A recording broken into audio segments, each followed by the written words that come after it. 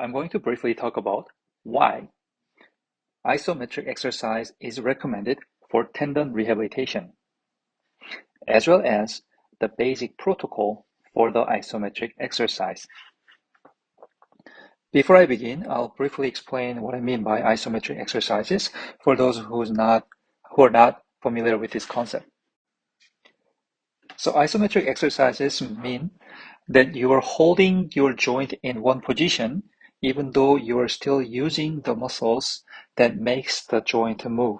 An easy example is trying to push a wall, and because the wall is immovable, so even if you try to push it, it doesn't move. So therefore the joints are not moving, but you are still engaging the muscles.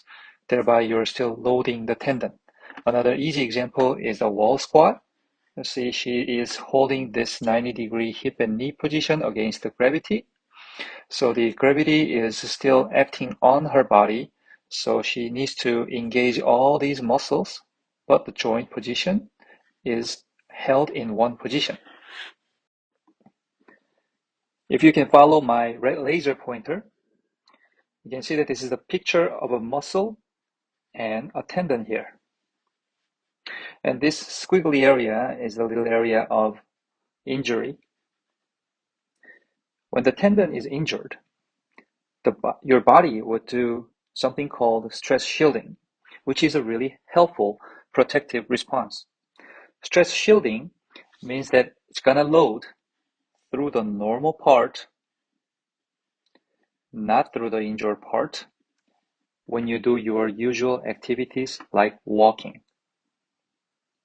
Even though this is a very helpful protective response during the acute stage of injury, this actually creates a problem over time because loading is necessary to realign the collagen fibers in the injured area so that the healing can begin.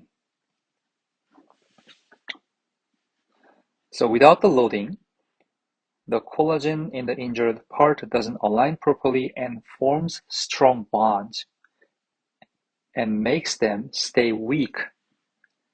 And this is why the injured tendon is very susceptible to aggravation or re-injury even after the tissue healing time has passed. Now, isometric exercise is effective because it helps us bypass the stress shielding so that we can trickle into loading the area that we need to rebuild.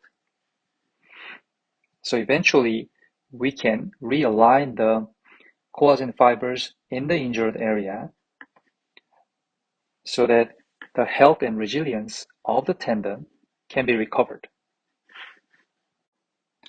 Specifically, prolonged isometric hold is what helps us bypass the stress shielding to rebuild the area that we want to rebuild. Now I'm going to show you a demonstration to explain this more in detail using a paper to model how tendon behaves.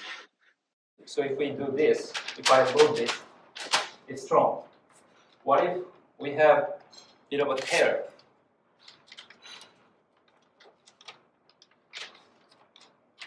And then we load it again. Still stays strong. It doesn't fail. Why is it that this part doesn't tear more even if I load like this? And it's easy to see that that's because the load goes through the non-injured area, right? And this concept is called stress shielding. And our connective tissue is designed to stress shield because the load goes through more stronger tendon, not through the weak tendon. So during the acute stage, this is a very helpful thing because it helps the tendon to pass the load around the injured area so that we don't get further damaged. But over time, this doesn't give the collagen fiber here a chance to properly align. And it's one of the reasons why what Kieth Baar says that it is hard to reverse the degenerative tendinopathy. But there is a way to sneakily load this area. So what if I put a gentle load and hold this load for a prolonged amount of time?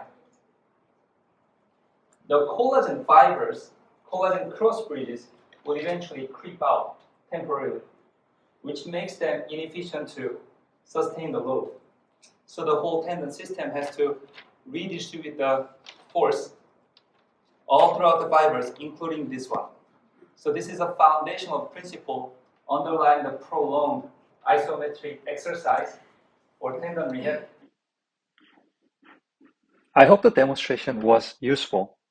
If the demonstration helped, the credit goes to Dr. Kieth Baar because he's the one who originally came up with that demonstration.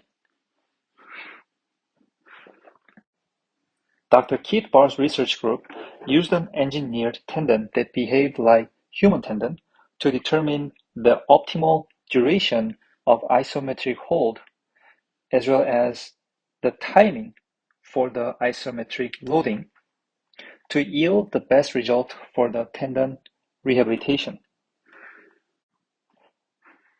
And they also presented human case studies that showed the effectiveness of the protocol while evaluating the nutritional interventions that was integrated with these human case studies. So in the next video, I will summarize the findings of these studies to talk about the recommended protocol for the isometric exercise, including the ideal duration of hold, repetitions, sets, and frequencies, as well as the ideal timing for the nutritional interventions. So don't forget to check out the next video.